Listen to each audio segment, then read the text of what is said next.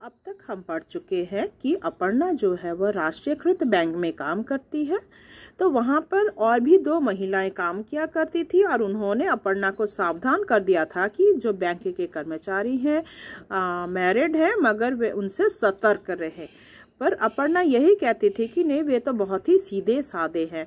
इस पर जो है मिसेस श्रीवास्तव मुस्कुरा देती थी, क्योंकि वह काफ़ी एक्सपीरियंस थी, कई सालों से काम करती है और उसे मालूम है कि यहाँ के जो बैंक के कर्मचारी हैं उनके रवैया कैसे हैं। तो चूंकि इन्होंने सावधान कर दिया था बाकी 2 जो कर्मचारी हैं महिला कर्मचारी, इसलिए अपर्णा जो है हमेशा सावधान ही रहा करती थी।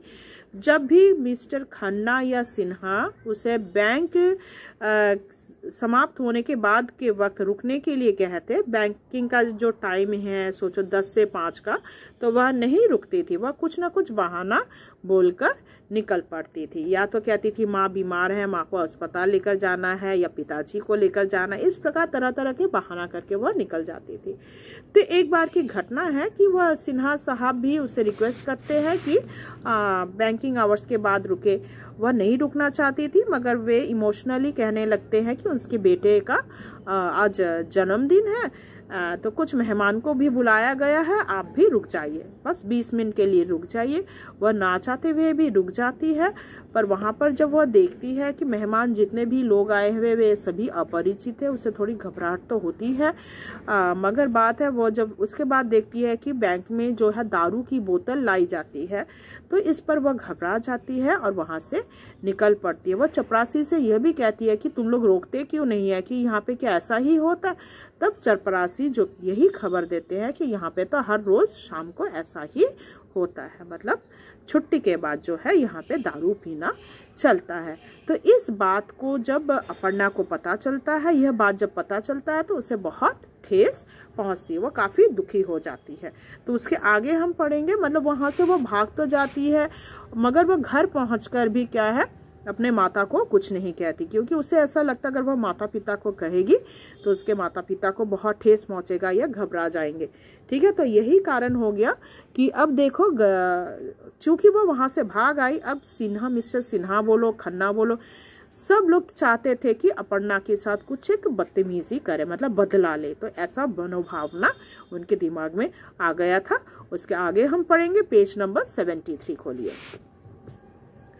साल बीतने पर वह भी एलटीसी प्राप्त करने वालों के हकदार हो गई। अब देखो देखते देखते साल बीत गया, अब उसको भी एलटीसी मिलने वाला है। माँ ने कहा तो छुट्टी ले ले, तो हम सब जगन्नाथपुरी चले। छुट्टी लेकर कहाँ जाने की बात होती है? जगन्नाथपुरी। चलो माँ की मर्जी ही सही, चलो माँ जब चाहती है जगन्नाथपुरी तो चलो हम जगन्नाथपुरी ही चलेंगे। अपर्णा ने सोचा। हालांकि वह खुद कुल्लू मनाली के सपने देख रही थी। वह कहाँ जाना चाहती थी? कुल्लू मनाली जाना चाहती थी, पर माँ की इच्छा के विरुद्ध भी नहीं जाना चाहती थी। माँ ने सारी तैयारियां कर ली। उसने दफ्तर से एडवांस लिया, आरक्षण आसानी से हो गया, रिजर्वेशन भी हो गया, एडवांस मनी भी ले लिया। लेकिन यात्रा की सुबह एक अप्रत्याशित घटना हो गई। मगर जिस दिन निकलना था उस दिन मॉर्निंग को ही क्या है, एक बुरा घटना हो गया। पिताजी की अचानक घबराहट, सीने में दर्द उठा। तो पिताजी के सीने में दर्द उठने लगा। देखते देखते वे तीनों स्टेशन से बजाय अस्पताल पहुंच गए। जहां स्टेशन जाना था ना जाकर क्या है अस्पताल पहुंच जाते हैं। पिताजी के सीने में दर्द शुरू हो जाता है, जहां शुरू हो गया ईसीजी और अन्य परीक्षणों का एक लंबा सिलसिला। अपर्णा की 10 दिन की छुट्टी इस बीमारी ने निकल ली। तो 10 दिन की उसने छुट्टी ली थी, पर पिताजी की बीमारी के कारण ये छुट्टी भी जो है वह खत्म हो जाती है। पिताजी बच गए, लेकिन वे तीनों इस दौरे से बेहद विचलित हो गए। ठीक है, तो ये जो समय बीता, मतलब काफी लोग परेशान हो गए थे। पिताजी अचानक से ऐसा दिल का दौरा पड़ा था दिल में, तो सभी बहुत विचलित हो गए, टेंस थे। इस बीच अपर्णा ने दफ्तर फोन कर अपने अधिकारी को इत्तला दे दी थी। इतने में देखो उसने फोन करके अधिकारी को इन्फॉर्मेशन भी दे दिया था कि वह छुट्टी में घूमने नहीं जा सकी है। उसने सोचा वह छुट्टी के बाद जब दफ्तर जाएगी एडवांस वापस कर देगी। तो यही सोचती है, छुट्टी के बाद वह जब दफ्तर जाएगी तो क्या है एडवांस को वह वापस कर देगी। 10 दिन बाद वह दफ्तर गई। अब 10 दिन बाद जब उसने 10 दिन की छुट्टी ली थी, 10 दिन बाद क्या है वह दफ्तर गई। चपरासी जो है उसने उसे एक रजिस्टर्ड लिफाफा पकड़ाया, हाथ में एक लिफाफा पकड़ा दिया। पत्र बैंक के क्षेत्रीय कार्यालय से आया था। तो पत्र कहाँ से आया था? क्षेत्रीय कार्यालय से, जिसमें लिखा था आपने एलटीसी का झूठा बिल पेश कर बैंक के साथ धोखाधड़ी और धन के दुरुपयोग की चेष्टा की है। तो पत्र में क्या लिखा हुआ था कि आपने क्या है, एलटीसी का रुपए जो आपने एडवांस में लिया, ये क्या है, आपने इसे चोरी के इरादे से लिया है, चोरी की है। इस संबंध में अपना स्पष्टीकरण तत्काल दे, अन्यथा आपके विरुद्ध अनुशासनात्मक कार्रवाई करने को हम बाध्य होंगे। तो क्या है, अब क्या है, तुम्हारे ऊपर क्या है, कार्रवाई की जाएगी। अपर्णा पत्र लेकर धड़धड़ाती हुई खन्ना के केबिन में पहुंची। पत्र इस प्रकार का इंसल्टिंग पत्र, जबकि उसने ऐसा कोई काम किया भी नहीं, चोरी का इल्जाम लगाया जा रहा है। तो वह कहाँ गई? पत्र को लेकर वह खन्ना साहब के केबिन में पहुंचती है। सर, मैंने तो फोन पर आपको पहले ही सूचित कर दिया था। तो वो कहती, मैंने आपको तो फोन में सूचित कर दिया था कि पिताजी की तबीयत खराब हो गई अचानक से, इसलिए घूमने नहीं जा सके। वो वापस आकर क्या है, आकर वो रुपए वापस कर देगी।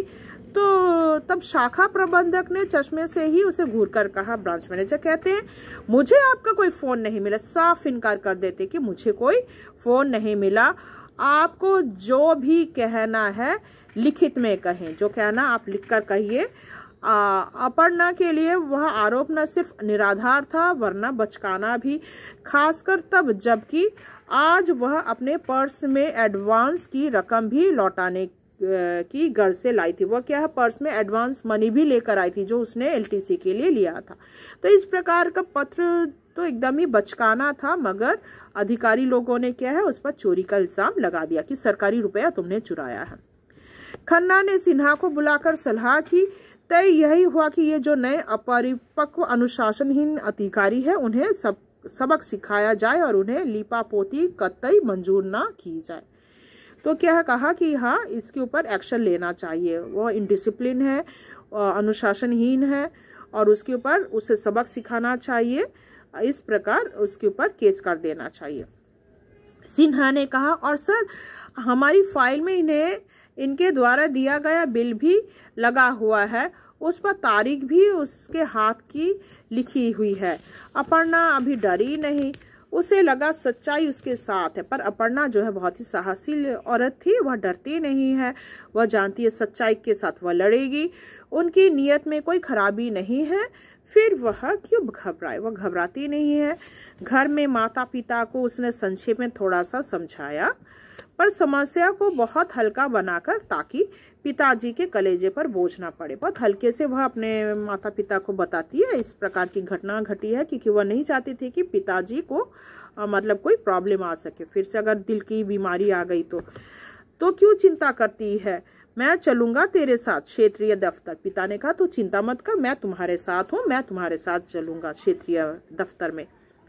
जाते वक्त पूरे रास्ते पिता उसे समझाते रहे, तू बिल्कुल ना डर। पिताजी हमेशा समझाते कि तू बिल्कुल डर मत, सत्य में आज भी बड़ी शक्ति है।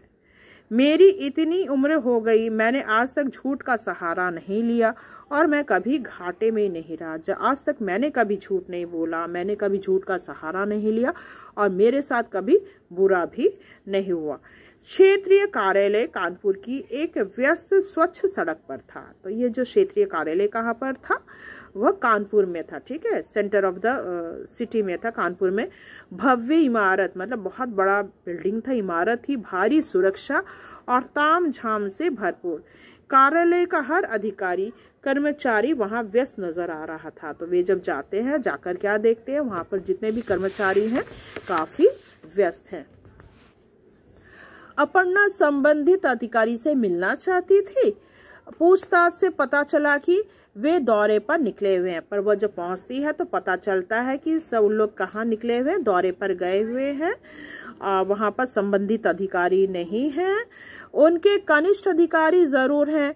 इस अधिकारी को केबिन में जाने से पहले विभागीय कर्मचारियों का एक हॉल क्रॉस करना पड़ता था, मगर उसके नीचे का जो अधिकारी है, कनिष्ठ मतलब उसके नीचे, तो वह मौजूद था।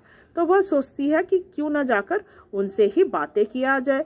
जब अपर्णा अपने पिता को साथ लेकर केबिन के जाने से उद्धत हुई, चपरासी ने रोककर कहा, एक एक करके जाना, भीड़ की भीड़ क्यों क्या करेगी अंदर। तो वहाँ पर जो चपरासी है वो रोकता है कि दोनों की को जाने का अधिकार नहीं है, एक एक करके ही यहाँ अंदर जा सकते हैं, भीड़ नहीं है, मेरे पिताजी हैं। तो यहाँ पे अपर्णा को बुरा लगता है और वह कहती है ये भीड़ नहीं है, मेरे पिताजी हैं, अपर्णा ने त्याश से कहा। आशा करती हूँ आपको यहाँ तक समझ में आया होगा। धन्यवाद।